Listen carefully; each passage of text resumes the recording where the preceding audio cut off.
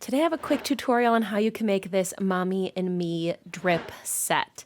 First we need to apply the glitter to your tumbler.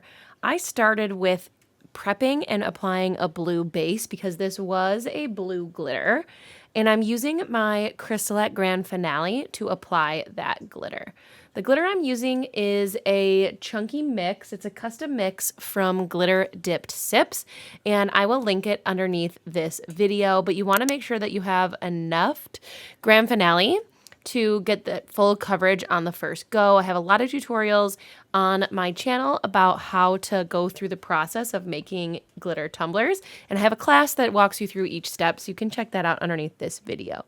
But basically, you have a blue base and this really pretty blue glitter, and you're going to apply with Grand Finale and go through the process of getting it smooth. I'm using this kids tumbler from Craft Haven, and I'm going through the exact same process. These essentially are two of the exact same tumblers, and we're just making this really fun Mommy and Me set.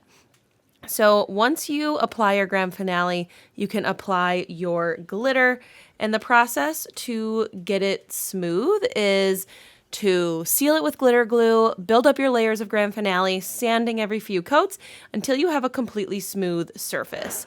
Once you have a completely smooth surface, you're going to make and apply your decals. I got this decal from Sassy Tumbler Graphics, and I'm creating an offset because I'm going to use water slide for the actual image, and I'm going to create a backer in white vinyl. So you can see me here just playing around with the offset.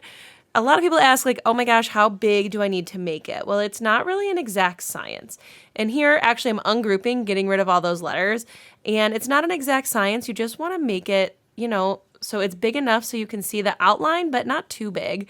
And then you want to size them appropriately. Obviously, the kids' cup is going to have a smaller decal because it's a smaller cup. So I'm printing the image on water slide paper, and I'm cutting the background in white vinyl. So I don't have a video of actually applying this, but I have a different tumbler with the same idea. But you can see me here weeding the vinyl that I cut. It's just that offset that we created. And you're going to add this to your tumbler first, and then you're going to apply the water slide decal over the top. So again, as I'm editing this video, I realized I didn't actually have this portion recorded, but I have another tumbler where I'm doing the exact same thing. So you can see I have the background in white vinyl.